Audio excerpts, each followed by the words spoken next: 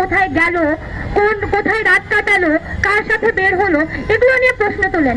কারণ আমি একটু স্লিভলেস ব্লাউজ পরে এসেছি, আমি একটা 100 টাকা দিয়ে বাংলাদেশের পতাকা কিনেছি নিজেকে ঢাকার জন্য, কারণ আমি একটু স্লিভলেস ব্লাউজ পরে এসেছি।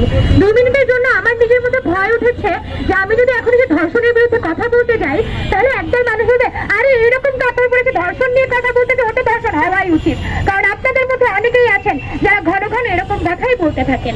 যদি আপনাদের এরকমই মতবাদ হয়, তাহলে আমি একটু মনে করিয়ে দিতে চাই 2018 সালে কাশ্মীরে একটা 8 বছরের বাচ্চা মেয়েকে মন্দিরের মধ্যে দিনের পর দিন আটকে রেখে বারবার ধর্ষণ করা হয়েছে এবং তারপর তাকে হত্যা করে তার লাশটা ওখানেই ফেলে রেখে আসা হয়েছে।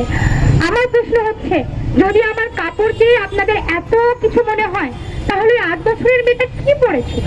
একটা ফ্রক, ওর কি দোষ ছিল? কোন মেয়েটার কি দোষ ছিল যে আপনারা তাদের কি কাপড় পরেছিল, কি পোশাক পরেছিল, কোথায় ছিল, কার সাথে ছিল, এই প্রশ্নগুলো আপনারা তোলেন। 2 বছরের বাচ্চা মেয়ে রেপ হয়েছে, সে ঘটনায় আমরা দেখেছি যে পাকিস্তানে কিছু বছর আগে একটা নিউজ হয়েছিল, একটা বেড়ালের বাচ্চা রেপ হয়েছে, একটা বেড়ালের বাচ্চার মধ্যে মানুষের বীর্য পাওয়া গিয়েছে, সেই খবরও আমরা দেখেছি।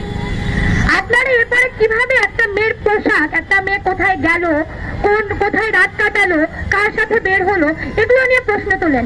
আজকে দিনের পর দিন ধরে আমাদের দেশে আমরা যারা যারা ভিকটিম হয়েছে সেই ভিকটিমদের নাম ধরে ধরে ভিকটিমদেরকে নিয়ে মায়া কান্না কাঁদতে সবটা সময় পার করে দিচ্ছি। অথচ ভিকটিমদের উপর যারা আক্রমণ করেছে, পশুর মতো নৃশংসভাবে অত্যাচার করেছে, তাদের নাম আমরা কয়জন জানি? আজকে আমি এই কথাটা বলবো না যে হচ্ছে বিচার কার্য কি হলো, এটা অনেকজনই কথা বলে গিয়েছেন অলরেডি।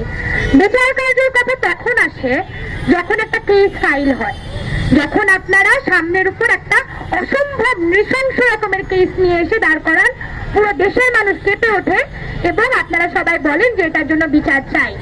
অথচ আমি আমার নিজের ফ্রেন্ড সার্কেলে, আমার ভাই বোনদের মধ্যে, আমার আত্মীয় স্বজনদের মধ্যে এবং আমার নিজের জীবনে এমন অনেক ঘটনা রয়েছে যেগুলো সম্পর্কে কোনোদিন কাউকে বলতে পারেনি, যেগুলো হয়তো এতটা নৃশংস না যে সেগুলো আপনাদের গায়ে লাগবে, কিন্তু আমাদের গায়ে লাগে। প্রতিবেলা যখন বাসা থেকে বের হই, আপাতত বাস্তব 3 পিস পরে হোক, বোরখা পরে হোক, ক্রপ টপ পরে হোক আর শাড়ি পরে হোক, যখন বের হই আশপাশে এমন দিনও যায় নাই আমার যে একটা লোক বা একটা মহিলা, ইভেন আঙ্কেলরাও, হাতের বয়সী ছেলেরা তাকিয়ে থাকে, তার সাথে চ্যাটকারিং করে, বাস থেকে জানা তাই ভাষায় কথা বলে, যেগুলো শুনলে কান জ্বলে যায়। সব থেকে দুঃখের বিষয় কি জানেন?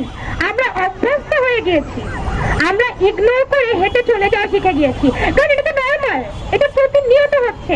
আমার এখানে আশেপাশে যতগুলো মেয়ে এখানে আছে, একজনও বলতে পারবে না যে তাদের সাথে কোনোদিন এটা হয় নাই, কারণ প্রত্যেকের সাথে এটা হচ্ছে।